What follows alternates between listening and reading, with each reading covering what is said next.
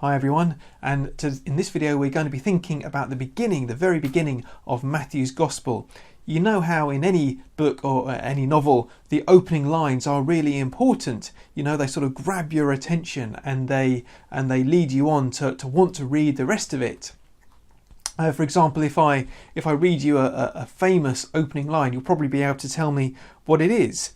It is a truth universally acknowledged that a single man in possession of a good fortune must be in want of a wife. Now, I expect many of you will know that that is Pride and Prejudice by Jane Austen. Well done. One of my other favourite first lines. See if you can guess this one. There was a boy called Eustace Clarence Scrubb, and he almost deserved it. Know that one? That is C.S. Lewis, Voyage of the Dawn Treader, and another great opening line there. But first lines are important, you know, they kind of set the tone for the rest of the book. They try to grab your attention, and, you know, just a good, well-written first line and kind of opening section of a book can just lead you to into what to expect for the rest of the book. They set things up and, you know, kind of grab your interest. And so then you might think, why, oh why, does Matthew start his gospel with a genealogy? And, you know, these days genealogies, I know genealogies are all the rage. You know, we've had Who Do You Think You Are on the BBC, I think, and other programmes which kind of look at your family history. But really, we don't want to just sit there and read a genealogy. You know, why on earth would Matthew think it was worthwhile starting this gospel about Jesus, you know, the most important thing that he could have written, to start out with a genealogy? What is Matthew doing here? And I think that this is the thing that, you know, many people, when they read Matthew's Gospel, just skip over the genealogy. But I think it's really important to spend a bit of time thinking about it, at least in big picture terms. And what we learn is actually it does set the tone for the rest of the Gospel. It does help us to understand and to put Matthew in the context of the wider scriptures of the Bible. So that's what we're going to do today. So I'm not going to read out the whole thing. It's Matthew chapter 1 from verses 1 to 17. And I'll put a link if you want to read it first. You can pause the video. I'll put a link down in the description. If you expand that below, I'll put a link so you can read it online. But I'll read the relevant bits out as I go through as well. So it begins, this is the genealogy of Jesus the Messiah, the son of David, the son of Abraham. Now, this is an interesting verse because it is the first line, and it does say exactly what Matthew wants this section to say. It kind of sums it up, and it says this is the genealogy. Now the genealogy here, this is what this translation says, but the word if you go back to the original Greek language, the word actually is Genesis, and of course immediately we as English readers, we think, Genesis, the first book in the Bible. You know, this is a book about beginnings. It could be translated origin, for example. And this is a book about new beginnings. And that's the wonderful thing about the Gospels, you know, that in the beginning God made the heavens and the earth. But this is a book about God remaking, God renewing creation and making something new, and, you know, turning around what had been made but gone wrong. So this is about Genesis, but this is a new kind of Genesis, if you like. This is God doing something new, and it says Jesus the Messiah, the Christ. Now, Jesus Christ and Messiah and Christ are the same word. It's just one is from the Hebrew, Messiah is from the Hebrew, and Christ is from the Greek. And they both mean God's anointed one. You know, God's sort of promised special king, if you like. The one who God had promised from long ago. And it's really important to understand that Matthew is not just writing a book about someone called Jesus who appeared out of nowhere, but he's writing this book with 2,000 years of history before him, with the whole of the Old Testament before him, and saying, look, this is who Jesus is. He is the fulfillment. He is the one that God promised from ages past. He is the one that you've all been waiting for. we sometimes hear that in different things. Now the moment you've all been waiting for. And well, that's what Matthew's saying here. Jesus is the one that all creation has been waiting for. And so it says he is the son of David and the son of Abraham. Now, why are those two figures significant? Why does Matthew pick out David and Abraham? And that's the interesting thing about this genealogy, because it seems to be written specifically to pick out those two figures. It starts out from Abraham, and then he goes via David, King David, as well. Now, why does Matthew pick out those two figures? I think if we can answer that question, we will go a long way to understanding why Matthew starts out with this genealogy. And it's really significant. So let's take Abraham first of all. What is significant about Jesus being the descendant of Abraham? Well, if we turned back to the book of Genesis, if we turn back to the book of Genesis, Genesis chapter 12, verses 1 to 3, this is where we first meet Abraham. And actually, at this point, he was called Abram, but that's not important at the moment. And this is the first thing that God says to him. Genesis chapter 12, verses 1 to 3. The Lord had said to Abraham, go from your country, your people, and your father's household to the land I will show you. I will make you into a great nation, and I will bless you. I will make your name great, and you will be a blessing. I will bless those who bless you, and whoever curses you I will curse, and all peoples on earth will be blessed through you. So you think Genesis 1 to 11 is just a story of, especially from the fall in Genesis chapter 3, is from sin growing and growing in the world, and from things going from bad to worse, to the point where God has to flood the world because the inclination of every human heart was evil all the time. But in Genesis chapter 12 that changes, and God singles out, chooses Abraham and says to him, now this is where things change. I will make you to a great nation. I will bless you. I will make your name great. You will be a blessing. And everyone, all peoples on earth, from every tribe and tongue and nation and so on, all peoples will be blessed through you. So that is what God says, and God promises to Abraham. And this is a promise which God reiterates several times in the book of Genesis. For example, Genesis chapter 15 and verse 5, God takes him outside and said, Look up at the sky and count the stars, if indeed you can count them. Then he said to him, so shall your offspring be. And he promised him offspring which are more numerous than the stars in the sky. The millions and millions. And God says to him, it's just, you won't even be able to count them. It's that many. And again in Genesis chapter 22, verses 16 to 18, another promise that God makes to Abraham. He says, I will surely bless you and make your descendants as numerous as the stars in the sky and as the sand on the seashore.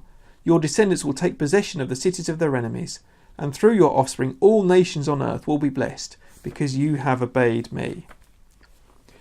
Now, the point that Matthew is making when he starts by saying Jesus is the descendant of Abraham is he's saying it is in Jesus that these promises are fulfilled.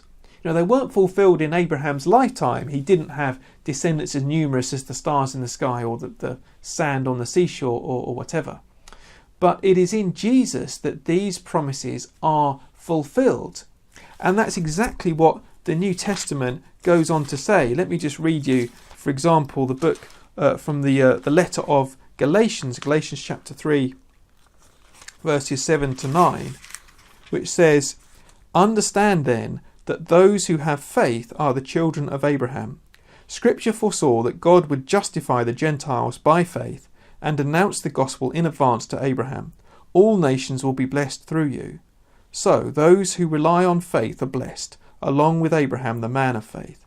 So it is those who believe in Jesus who are the true children of Abraham, because it's children of faith. not physical descent, if you like. And that's the significant thing about Matthew, that he's saying, look, in Jesus, God's promises to Abraham are fulfilled. And then the son of David. So again, there were promises that God made to David which find their fulfillment in Jesus. So let me read you again a passage from the Old Testament, 2 Samuel chapter 7, verses 11 to 16. And just to put this into context, by the way, David, at this point, the temple hadn't been built, and that there was still the tabernacle, even though David had built a palace for himself and he was living in the palace. And he said, well, why should I be living in a palace, but God should still have the tabernacle, which is basically a tent. And why shouldn't God have a permanent dwelling place? I'll build him a house. And this is God's response. He says, no, it's not for you to build me a house. But this is what he says as part of that response. The Lord declares to you that the Lord himself will establish a house for you. When your days are over and you rest with your ancestors, I will raise up your offspring to succeed you, your own flesh and blood, and I will establish his kingdom. He is the one who will build a house for my name, and I will establish the throne of his kingdom forever. I will be his father, and he shall be my son.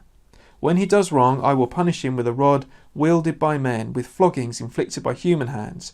But my love will never be taken away from him, as I took it away from Saul, whom I removed from before you. Your house and your kingdom shall endure forever before me. Your throne shall be established forever. So God says to David, to King David, one of your descendants will sit on the throne forever. Your throne will be established forever. And that is again something which isn't fulfilled, of course, because we know that one of David's descendants in a physical way isn't king of Israel now, but Jesus, one of the descendants of David, is king forever. And that is another very significant thing which is picked up through the Bible. I'll just read you one verse from Isaiah chapter 9. This is one of the verses which is often read at Christmas time, which says the prophecy about Jesus, which says, of the greatness of his government and peace there will be no end. He will reign on David's throne and over his kingdom, establishing and upholding it with justice and righteousness from that time on and forever. So Jesus would sit on the throne of David forever. And that's what Luke points out in Luke's account of the birth of Jesus. He says in Luke chapter 1 and verse 32, he says, he will be great and will be called the Son of the Most High. The Lord God will give him the throne of his father David, and he will reign over Jacob's descendants forever. His kingdom will never end. So Jesus is the one who fulfills that promise to David. He fulfills the promise to Abraham of blessing and a great nation. He fulfills the promises to David of that eternal kingdom, that eternal kingship. And that's why, if you look in 2 Corinthians chapter 1, verse 20, that is why Paul says, no matter how many promises God has made, they are yes in Christ. So all of the promises of God find their fulfillment in Jesus Christ. That's the thing that Matthew is really trying to drive home here.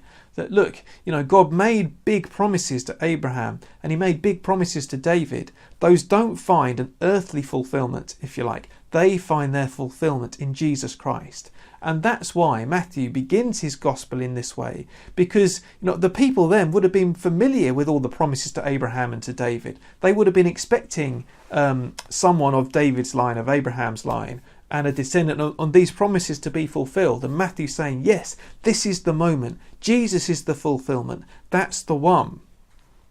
Now, what does all of this matter? What's the payoff, if you like, of all of this? You're saying, oh, those are great promises, but let me just finish by explaining. I think there are 4 women mentioned, or 5 actually, if you include Mary as well, but that's a bit different. 4 women sort of included in the detail of the genealogy, and they are Ruth, Rahab, it says the mother of Solomon, who had been Uriah's wife, and Tamar. Now, at least 2 of those, Ruth and Rahab, were most likely Gentiles. You know, they weren't part of the Jewish nation, and they became part by marriage and by coming to believe and trust in God for themselves. So they were coming from outside the people of Israel. And the others, some of the others have been involved in sexual sin. For example, the mother of Solomon, Bathsheba, her name is. He doesn't even mention her name. It just said whose mother had been Uriah's wife. And she became David's wife when he basically took her and killed Uriah in a very bad thing that he did. But the point is that Matthew's drawing attention here to the fact that infidelity had happened. But what he's saying is that Jesus is the one who came to save. You know, he came to include people who shouldn't be included in the people of God. He came to bring them, and he came to forgive. And Jesus is the reason why people can be included in the people of God. The reason why people can be forgiven of all of the things that they've done. And the reason that this family tree can be as it is, if you like. It's a sign of God's grace, and the grace which Jesus came to bring us. And so that's why it's important to look at this genealogy. You know, it's not boring, but Matthew's saying, look, in Jesus, all of these promises of God are being fulfilled, wonderful promises, and they're promises which apply to you and me, because they're promises which say that people like you and me, who don't deserve to be part of God's people, in fact, can belong through Jesus Christ, through the one whose name is the Lord saves, because he will save his people from their sins, as it goes on to say in next week's passage. Well, it's just good to remember that God keeps his promises. God keeps his promises, and God controls history. You know, as we look through all of this, we think about how God controls history, and God has directed all of these, you know, through hundreds of years. God has directed all of these people and all of these events and brought about the birth of the Messiah. You think, if God can do that, surely he can work in my life and in your life. You know, God is powerful and able to work in any situation. I hope that this has been helpful to you in thinking about these things. Please do click on the like button, the little thumbs up below, and please do hit subscribe, especially if you'd like to see more videos like this. I'm going to be working through the opening chapters of Matthew just in the next few weeks. Obviously, that we don't have the time to talk about everything now. If there's anything that you would like to talk about, please leave a comment below as well, and let me know what you think, and if there are any particular questions or anything that you have, and I may be able to deal with that in another video. So thank you very much for watching. I really do appreciate it, and I hope to see you again for another video very soon. God bless.